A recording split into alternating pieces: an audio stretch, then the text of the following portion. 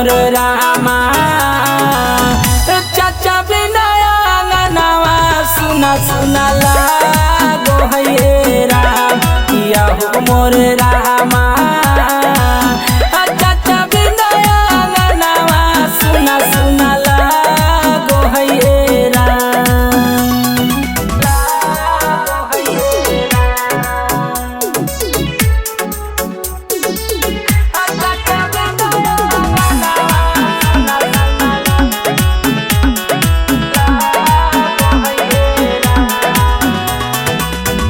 ले ललकई जनवा राम जी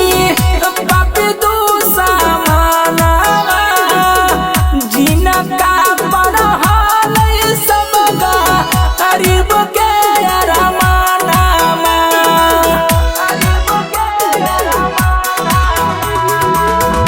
ले ललकई जनवा राम जी पापी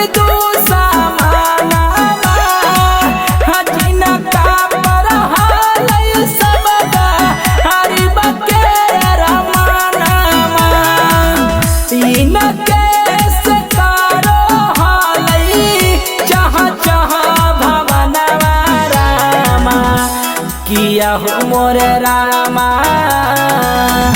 चाचा बिना आंगनवा सुना सुना लागो है राम किया हो मोर रामा चाचा बिना आंगनवा सुना सुना लागो है राम।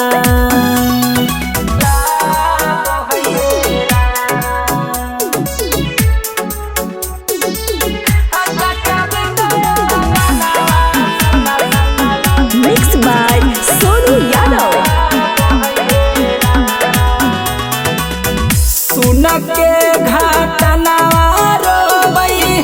झरा झरा नया नवा चाचा होई गेलखिन सबके सपनावा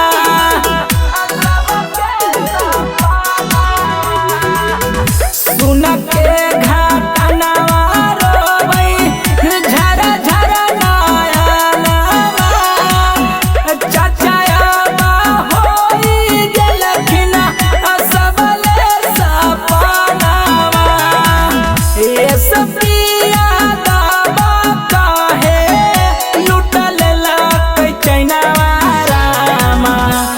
किया हो मोर रामा चाचा